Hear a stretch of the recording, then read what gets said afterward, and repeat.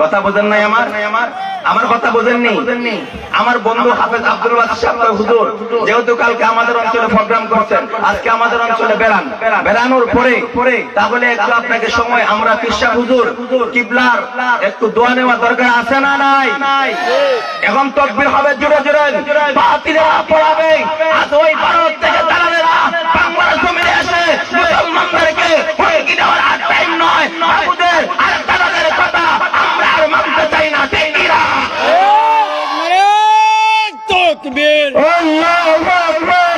ইসলাম দিন ইসলাম জিন্দাবাদ জিন্দাবাদ। ইসলামের শত্রুরা হুশিয়ার সাবধান।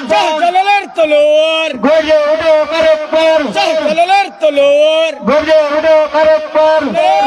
তাকবীর, আল্লাহু আকবার। আমার প্রাণের কলিজার টুকরা ভাইয়েরা, ইসলাম কবুল করেছে আল্লাহকে, মাওলাকে পাইয়া কবরে যাওয়ার জন্য। কোন নারীর লোভেও নয়, বাড়ির লোভেও নয়, টাকার লোভেও নয়, পয়সার লোভেও নয়, একমাত্র আমার মাওলাকে পায়ে ঈমান নিয়ে কবরে যাওয়ার জন্য। আপনারা কি ঈমান নিয়ে কবরে যাইতে কারা কারা হাত আল্লাহকে দেখায় দেন?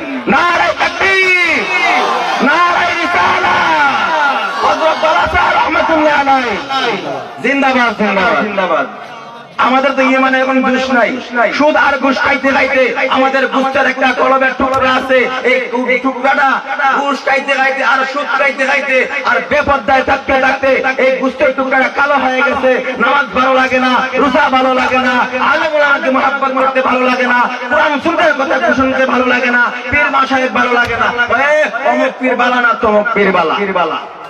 আল্লাহ বলেন, ও আমার বান্দারা শুনে রাখো তোমরা, আমি আল্লাহ ডাক দিয়া বললাম আমার নবী থাকবে না, সাহাবায়ে কেরাম থাকবে না। আসেননি গো, আসেননি, কেউ থাকবে না।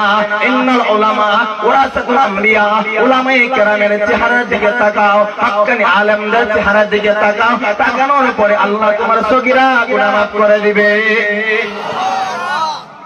আমার বন্ধুরা, আমার ভাইজানরা, প্রথম যে আয়াতে কারিমা তিলাওয়াত করেছি সেই আয়াতে কারিমাকে সামনে রাখলাম।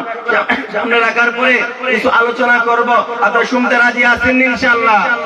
তবে আমি যে শুনে আলোচনা করব এবং ঈমানি জজবা থাকতে হবে। কারণ ঈমান এনেছি, এমনিতে ঈমান আনি নাই, টাকার লোভে আনি নাই, পয়সার লোভে আনি নাই, নারীর লোভে আনি নাই, বাড়ির লোভে আনি নাই। আল্লাহকে পায়ে, মাওলাকে পায়ে কবরে যাওয়ার জন্য, জান্নাতের আশায়, জাহান্নাম থেকে মুক্তি পাওয়ার আশায় ঈমান এনেছি। কথা বলেন ঠিক কি না?